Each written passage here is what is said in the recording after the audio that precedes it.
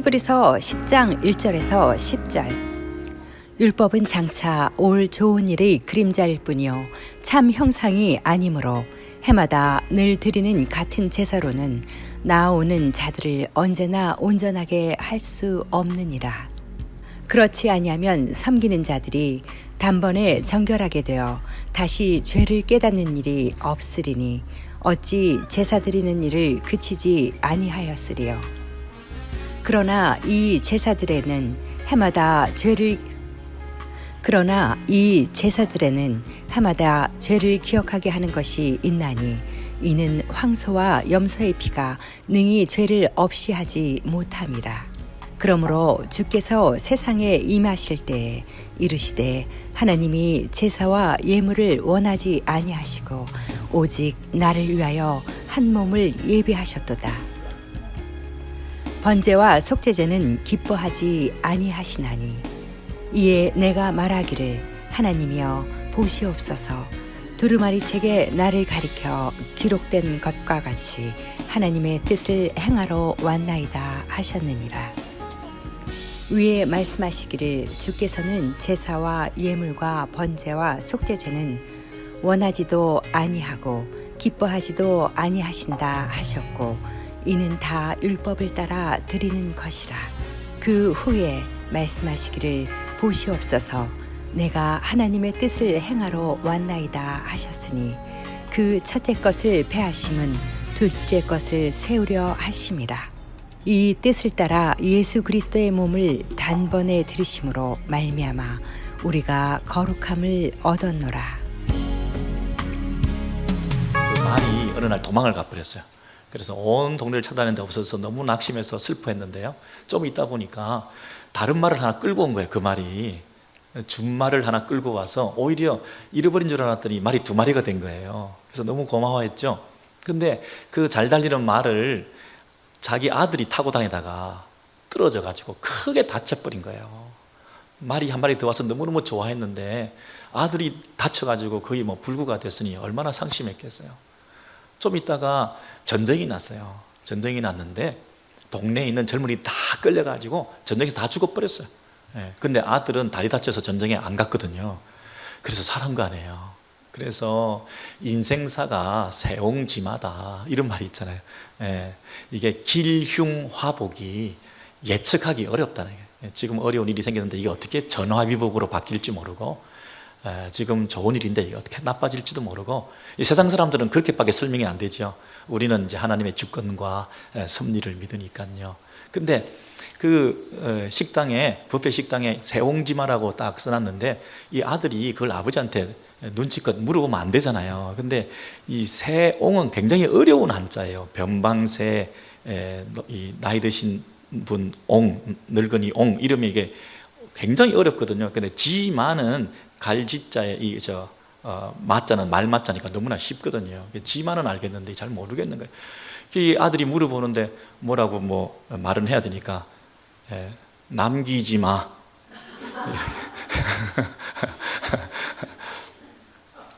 식당에 음식 남기지 말라고 이렇게 붙은 거라고.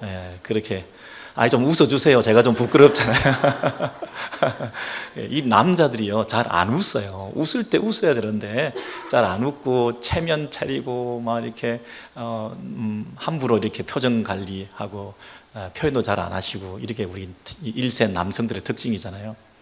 어저께 우리 고 이승남 장로님 따님이 조사를 하는데 보니까 어떤 내용이냐면 우리 아버지가 티피컬한 1세 남성 코리안인데 한국의 1세인데 연세가 드시고 난 다음부터는 엄마한테 고마워, 미안해, 사랑해 이런 말을 막 하더라는 거예요. 그래서 이건 성령의 역사라고 그렇게 그 딸이 그 아버지를 추억하면서 그렇게 얘기를 했는데 보통 우리 남자들이 잘 그렇게 못하는데요. 이렇게 모르는 것은 모른다고 좀 하고 우리가 허세를 부리면서 세옹지만데 두 글자 안다고 남기지 마 이렇게 하는 것은 너무 부끄러운 일이잖아요. 근데 우리가 다 아는 것처럼 하잖아요. 우리 아버지들이 어릴 때 기억을 더듬어 보면 뭘 가서 물어보면 다 하셔. 그리고 가져가서 고쳐달라 그러면 다 고쳐줘. 근데 세월이 좀 지나가가지고 뭘 이렇게 물어보니까 모르는 게 너무 많아. 내가 더 많이 알아. 그 아버지가 그렇게 허세를 부리셨구나. 다 아는 척 했구나.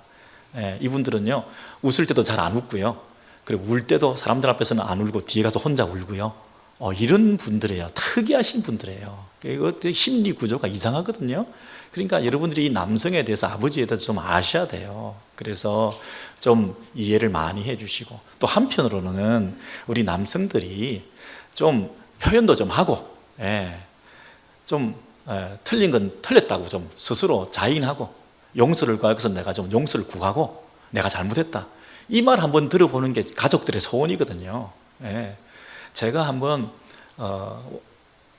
집사람한테 아이고 내가 잘못했네 이랬더니 옆에 있던 아이들이 박수를 치고 난리 났어요. 자기 평생 이런 말 처음 들어본다고.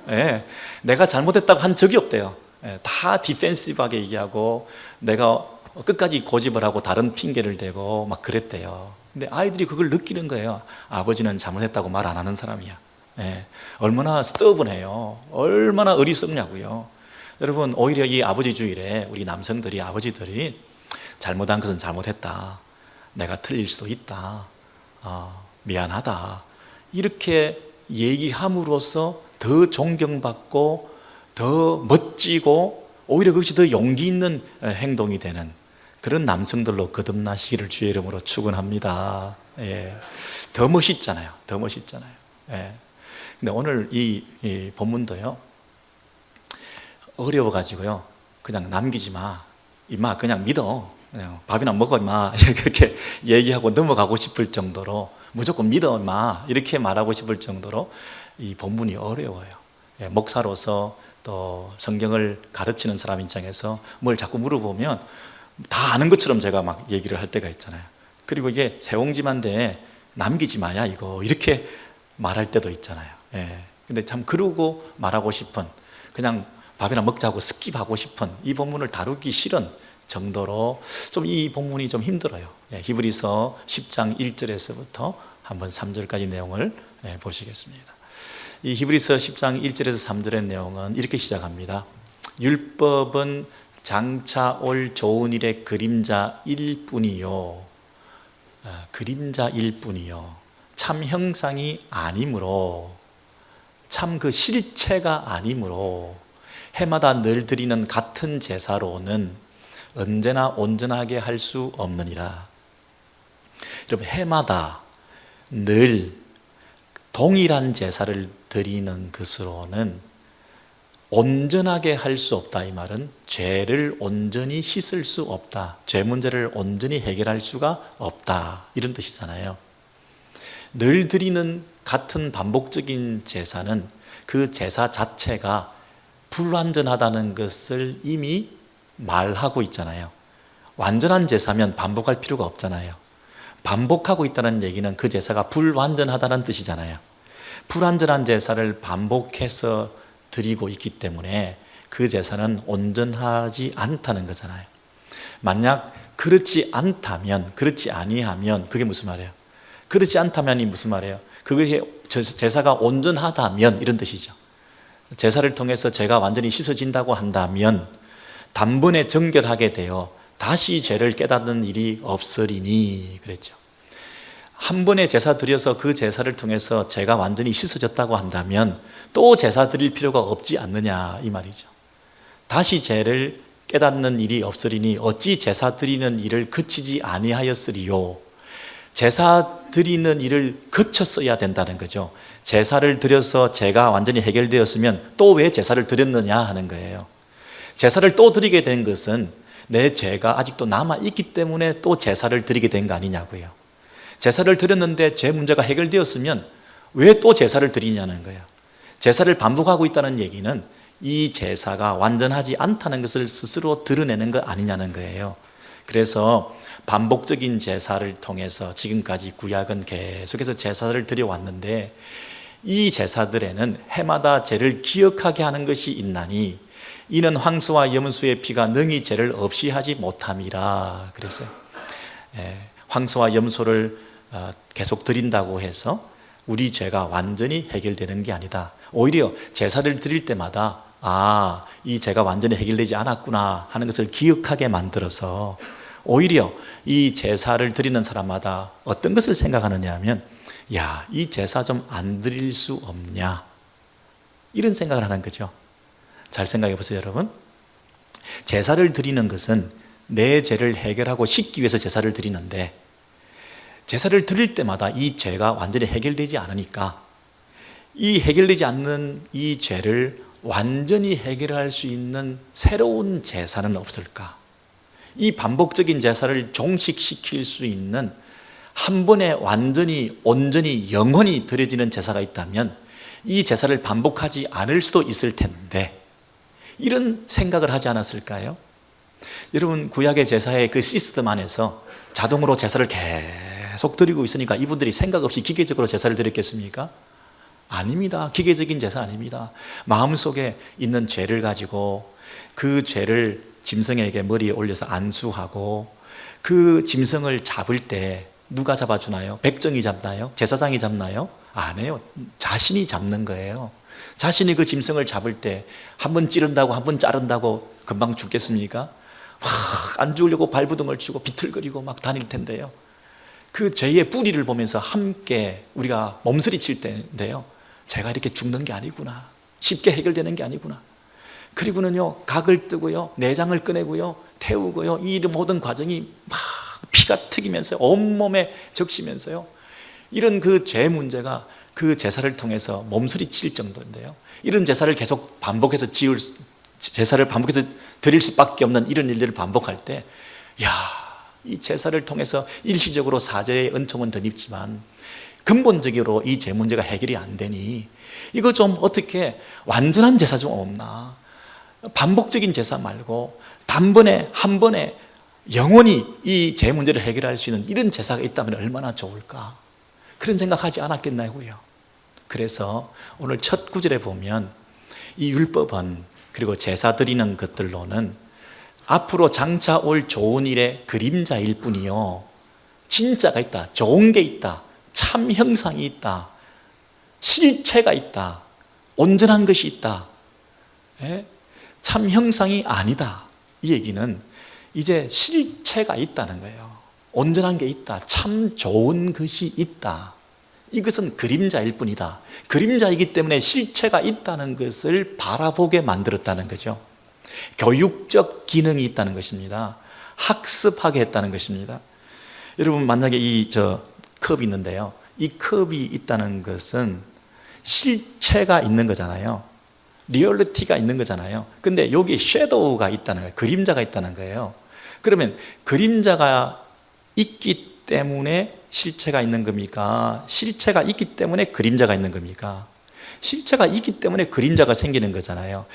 이 실체가 없는 그림자는 없잖아요.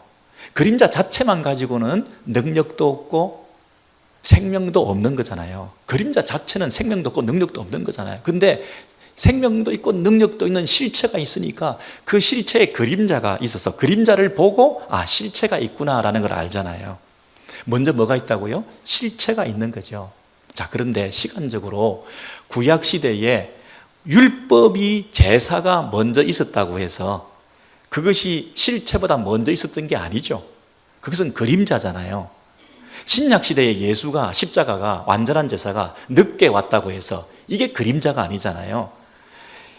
구약의 모든 제사와 율법을 시행해 보니까, 이것을 잘 시행해 보니까 이게 결핍되고 완전하지도 못하고 죄를 완전히 해결하지도 못하기 때문에 이 제사와 율법을 이제 더 이상 폐기하고 이제는 대체해서 새로운 것을, 십자가 예수를 오게 해서 새로운 방법으로 우리를 구원하는 길을 열어 가신 건가요?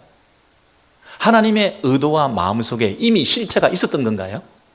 이미 예수, 십자가, 완전한 제사를 의도하고 마음에 두셨던 분께서 그 실체의 그림자를 구약에 미리 보여주심으로 앞으로 장차 하나님의 때에, 당신의 때에 오게 될 그 실체를 기대하고 바라보게 하고 사모하게 하고 그것을 미리 배우고 학습하면서 그때를 기다리게 하는 기능을 하기 위해서 구약의 율법과 제사를 주셨던 건가요? 어떤 게 맞는 건가요?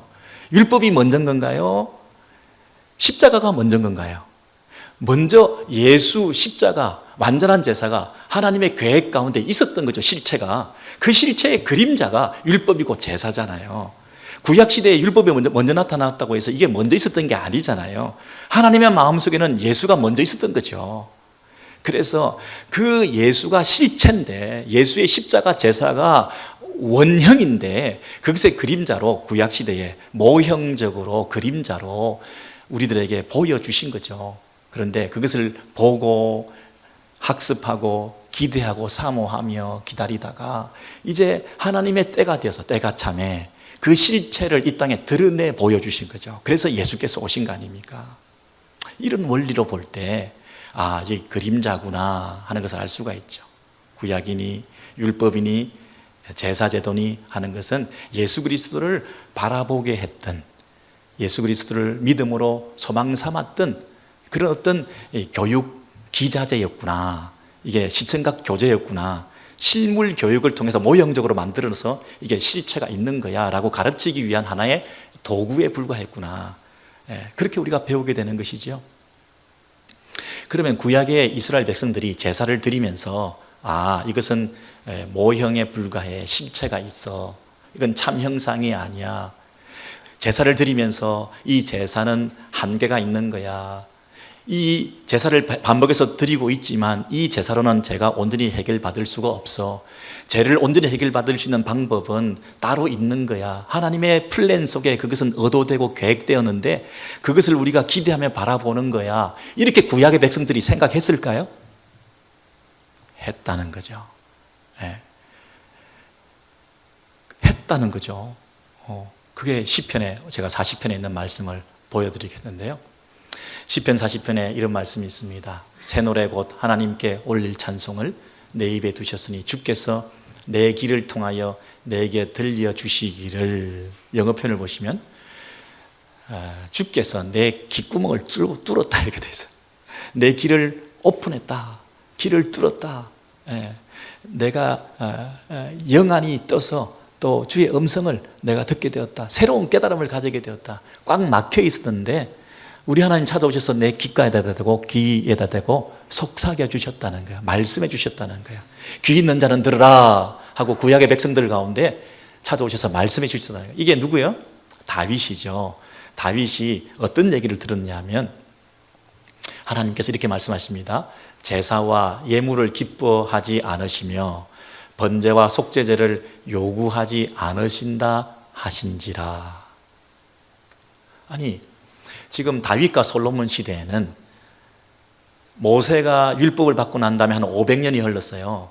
그래서 이 제사 제도가 정착되고 율법이 굉장히 그 사회를 지배하던 시대죠. 열심으로 제사를 드리고 율법의 꽃을 피우던 시대 아닙니까? 다윗과 솔로몬 시대에 성전이 완성되고 난 다음에 성전 낙성식에 이 양을 12만 마리를 바쳤어요. 소를 2만 2천 마리를 바쳤다니까요. 솔로몬의 1천 번제 아시나요? 1천 마리를 불로 태우는 번제로 한꺼번에 1천 번이 아니고요, 1천 번제를 드렸다는 거는 1,000마리를 태우는 이런 제사를, 이 향내가, 이 연기가 하늘로 올라가면서 하나님께 이 예배를 드립니다 하는 이 제사가 가장 왕성하게 활동하던 이 다윗과 솔로몬 시대에 하나님께서 다윗에게 찾아오셔서 귓가에다 대고 뭐라고 얘기하셨다고요? 나 그거 원하지 않는다. 나는 제사와 번제와 속죄제를 요구하지 않는다. 혁명적인 얘기죠. 이렇게 레디컬한 이런 시편이 어디 있어요? 구약의 한복판에서, 제사제도 시스템의 한복판에서 그것의 균열을 일으키는, 깨트리는, 박살나는 이런 말씀을 하나님이 하고 계신다는 거예요.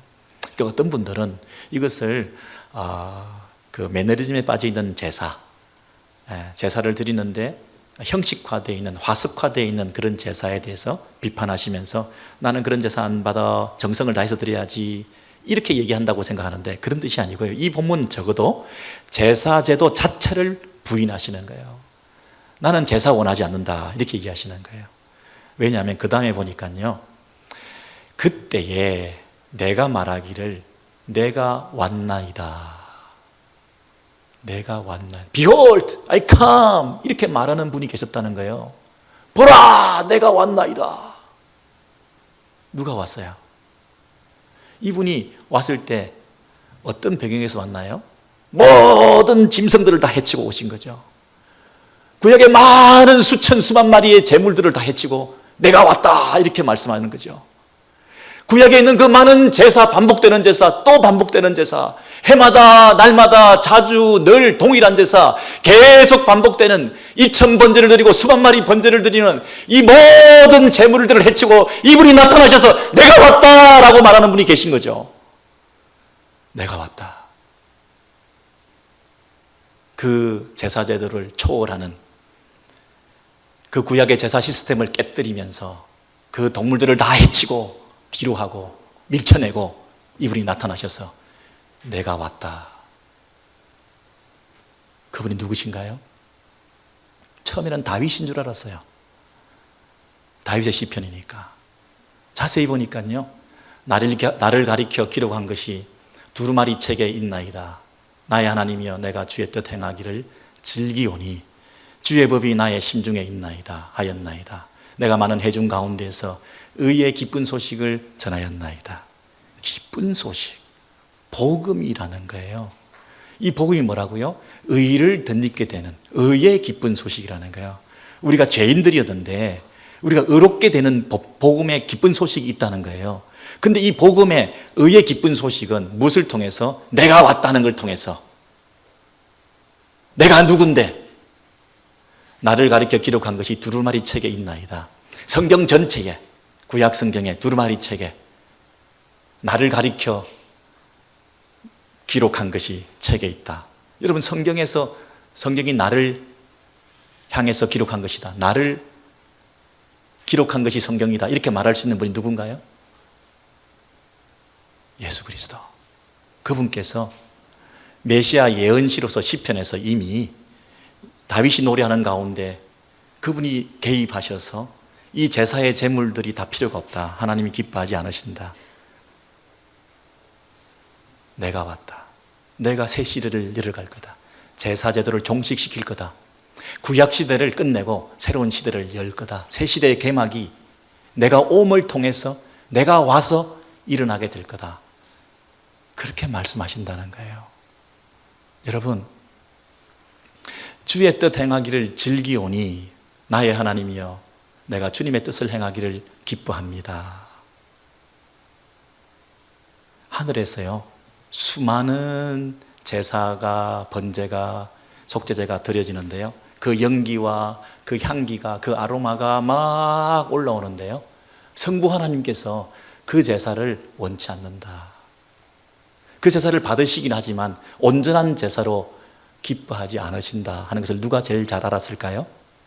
그 옆에 계시는 성자 예수 그리스도께서 아셨던 거죠.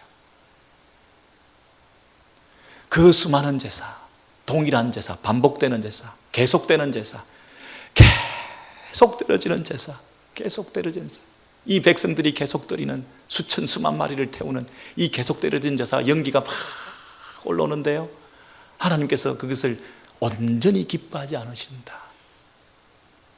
온전히 기뻐하지 않으신다. 온전히 그분께 기쁨이 되는 길은 뭘까? 내가 내려가야 되겠다는 거지. 내가 내려가야 되겠다. 하나님의 아들 예수 그리스도 그분께서 이 땅에 내려오셔서 내가 십자가의 제사로 온전히 제물되어 바쳐짐을 통해서 이 세상의 모든 죄를 내가 끌어안고 감싸 안고 부여잡고 내가 십자가에 달려 죽음으로 그 죄를 온전히 해결을 한 바다, 더 이상 반복적인 제사가 드려지지 않도록 단번에 드려지는 제사를 통하여 우리 하나님께 기쁨이 될 수 있는 그 길이 유일한 해결책이구나. 내가 내려가야 되는 거구나. 하나님의 뜻을 행하기를 즐겨하며 하나님이여 내가 왔나이다. 내가 여기 있나이다. 내려가겠나이다. 이분의 성육신, 그분이 이 땅에 내려오심을 통해서 이 제사제도를 종식시키시는데 참으로 놀라운 것은 오늘 히브리서 본문에서 10장 4절에서 이 시편의 내용을 그대로 받아서 이 히브리서를 쓴 저자가 주께서 세상에 임하실 때에 이렇게 말씀하시는 거예요. 주께서 세상에 임하실 때에 보라 내가 왔다. 그 시편에서 얘기했던 그분이 천년이 지나서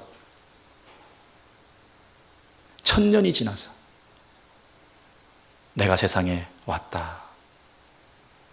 내가 왔다 했던 그 왔다는 그 식구를 예수께서 이 땅에 성육신 하셨을 때에 내가 왔다에 적용하시면서 주께서 세상에 임하실 때에 뭐라고 말씀하셨냐면 그 시편의 40편을 그대로 인용하시면서 하나님이 제사와 제물을 원치 않으시고 오직 나를 위하여 한 몸을 예비하셨도다. 구약의 많은 동물의 제사를 원치 않으신 하나님께서 네가 내려가라. 하나님의 아들의 그 육신의 몸, 말씀이 육신이 되어 우리 가운데 거하셨던 그 인간의 몸을 예비해 주셔서 오직 나를 위하여 성자 예수를 위하여 이 땅에 한 몸을 예비하셔서 몸으로 오신 그 예수 그리스도를 통해서 이 일을 이루셨다. 번제와 속죄제는 기뻐하지 않으시나니 이에 내가 말하기를 두루마리 책에 나를 가리켜 기록된 것과 같이 하나님의 뜻을 행하러 왔나이다 하셨느니라.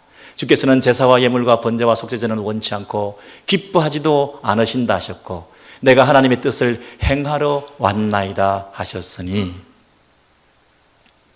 짐승들은 처음부터 끝까지 피동적이죠. 짐승이 스스로 제 발로 제사 드리겠다고 가는 짐승이 세상에 어디 있겠어요? 끌고 가는 거지 원치 않는 거죠. 죽기 싫은 거죠. 수동적으로 끌려갈 수밖에 없는 그 짐승 제사의 한계를 뛰어넘는 자원하는 제사. 내가 왔나이다. 내가 아버지 뜻을 즐겨 행하나이다.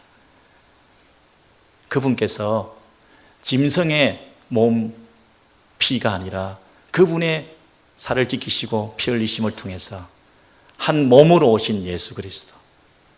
여러분, 인간은 적어도 만물의 영장입니다. 인간은 창조의 절정입니다. 우리 인간을 대속할 수 있는 짐승은 없습니다. 짐승을 아무리 수천 마리를, 코끼리를, 사자를, 호랑이를 수억 마리를 죽여도 인간 한 사람의 그 문제를 대속할 수 있는 그런 자질과 능력과 그 생명을 가지지 못했습니다. 인간은 말할 수 있습니다. 인간은 도구를 사용할 수 있습니다. 인간은 책임을 지는 사람입니다. 인간은 의지를 가졌습니다. 인간은 이성을 가졌습니다. 이런 인간을 대신할 수 있는 짐승이 세상에 어디 있습니까? 없습니다. 인간을 대속할 수 있고 인간의 죄를 대신할 수 있는 대상은 짐승이 아니라 인간이어야 합니다. 인간인데 인간의 문제는 죄 문제이기 때문에 내가 죄를 짊어지고 있는 존재인데 다른 사람의 죄 문제를 내가 대신 짊어질 수가 없습니다. 그러므로 인간의 대속물이 되기 위해서는 인간이면서도 죄가 없는 사람이어야 합니다. 죄로부터 자유한 사람만이 죄 있는 사람을 위해서 대신 짊어질 수가 있는 겁니다. 대속물이 될 수가 있는 것입니다. 하나님의 아들이신 흠없는 죄 없는 그분께서 인간의 몸을 입고 오셔서 인간이 되셔서 인간을 위해서 대신 제물로 온전히 드려짐을 통해서 우리를 위해서 대속해 주시고 우리를 죄 없다 해줄 수 있는 유일한 길은 그분이 오시는 겁니다. 내가 왔다. 내가 하나님 기뻐하시는 뜻을 행하러 이곳에 왔다. 제사와 속죄제를, 예물을 나는 기뻐하지 않는다 하신 그 하나님의 마음을 누구보다 더 잘 아시는 성자 하나님께서 그 일을 이루시기 위하여 십자가에 달리심으로 성육신하셔서 십자가에 달리신 제사의 제물을 통해서 드려진 그 제사를 통해서 단번에 더 이상 반복될 수 없는, 더 이상 반복하지 않아도 되는 그 구약의 제사의 제도를 종식시킨 그 사슬을 끊어버린 새로운 시대를 열어가신 예수의 십자가 참된 제사 때문에, 그분의 단번에 드리신 제사 때문에 우리도 단번에 구속 제사함을 받고 다시 이전으로 돌아갈 필요가 없는 구원의 확신과 기쁨 속에 단번에 구원받는, 단번에 하나님의 자녀가 된 그런 은혜를, 어렵다 칭함을 받는 의의 기쁜 소식을 우리가 받아들이게 된 그 하나님의 자녀들이 모인 공동체를 이루게 되지 않았습니까? 이것이 얼마나 큰 은혜입니까? 여러분, 지금 히브리스를 받아든 독자들은 이 은혜에 거하고 있었던 사람들인데 유대교를 믿고 있다가 기독교로 개종한 사람들입니다. 그런데 기독교로 바꾸고 보니까 유대인들의 그 핍박이 얼마나 많은지 모릅니다. 유대교로의 다시 회귀를 강요하고 주장하는 그룹들이 너무너무 끈질기게 공격하고 있습니다. 내가 괜히 개종했나? 그냥 나는 원래 유대인이었는데 유대교 믿을 걸. 그들에게 이 히브리서를 쓴 저자가 이 말씀을 주시는 거예요. 네가 유대교로 돌아간다는 것은 다시 구약의 제사로 돌아간다는 얘기인데, 구약 시대에 다윗도 시편에서 제사가 반복적으로 막 드려지고 있는 그 제사의 절정의 시대에도 이 제사를 원치 않으신다는 하나님의 음성을 들었다. 그 시대에도, 구약 시대도 이미 이것은 그림자고 실체는 예수라는 것을 그도 알았다. 시편의 40편에 이미 메시아, 예수, 십자가, 온전한 제사, 단번에 의의 복음 다 나왔다. 구약 시대도 이미 그날을 기대하면서 그날이 때가 참에 왔는데, 오신 그 예수, 내가 왔다 하는 그 예수가 이 땅에 오셔서 이루신 그 십자가의 제사를 우리가 만끽하고 경험하고 누리고 노출되어서 우리가 성령의 체험을 하고 우리가 빛의 비침을 통해서 거듭났는데 네가 다시 돌아간다는 게 무슨 말이냐? 돌아간다는 게 무슨 말이냐? 구약에서도 그렇게 갈구했던 그날이 와서 그날을 우리가 내 손에 쥐었는데, 그들은 바라보기만 했던 그날을 우리는 경험하고 있는데 우리가 구약으로 다시 돌아간다니 무슨 말이냐? 여러분, 우리는 좀 힘들 때 마음이 약해져요. 이 유대교를 믿다가 기독교를 개종했으니 얼마나 현실적으로 핍박도 많이 받았겠습니까? 가족에서부터 파문도 당하고 힘든 일이 많아 있었겠습니까? 그랬을 때 괜히 우리 마음에 뭐가 찾아오느냐 하면, 그냥 돌아가자. 너무 별나게 살았나 보다. 내가 그냥 편하게 사는 게 좋다. 어차피 한 인생인데 너무 이렇게 모나게 살지 말자. 여러분, 우리가 현실에서 조금 힘들어지면 괜히 그 마음속에 자기를 기만하게 돼요. 스스로를 속이게 된다니까요. 과거로 돌아가는 게 더 나을 것 같다. 타협하게 된다니까요.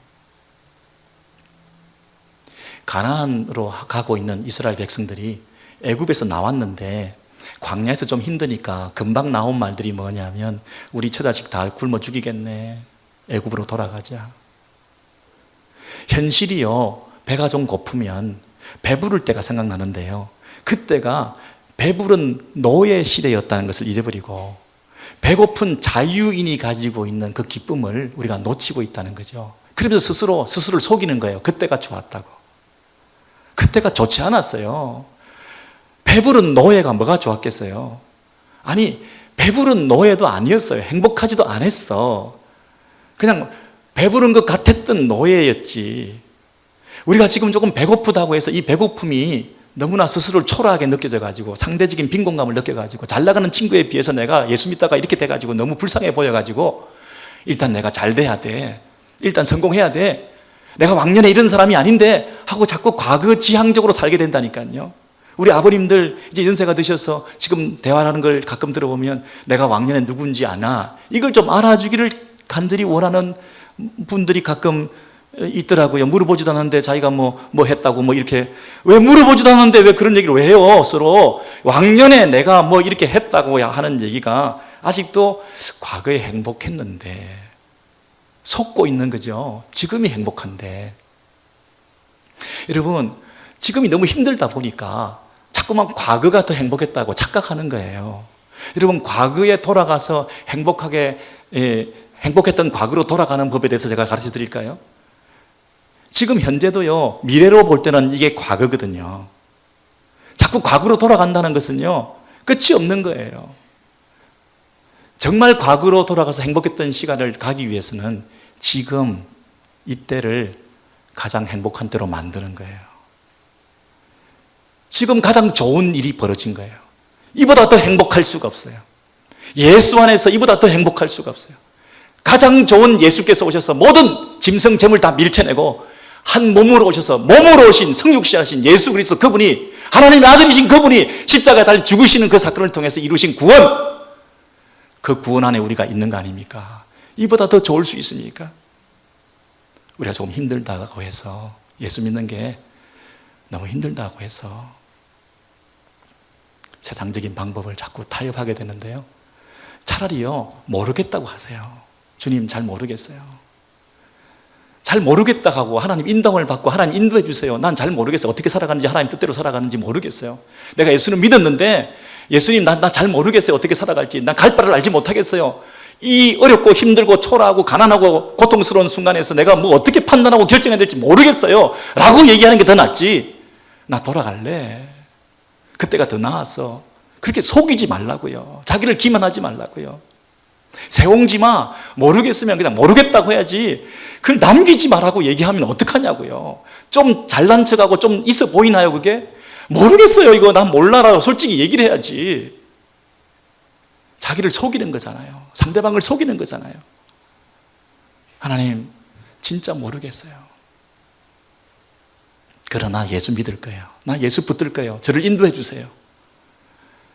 우리의 삶 가운데서 예수님 믿는 거, 여러분 구약시대에 그 모든 제사제도가 반복되던 동일한 제사를 해마다 자주, 지금 만약에 예수님 안 오셨다면 우리 그거 계속 드리고 있어야 될 거 아니에요.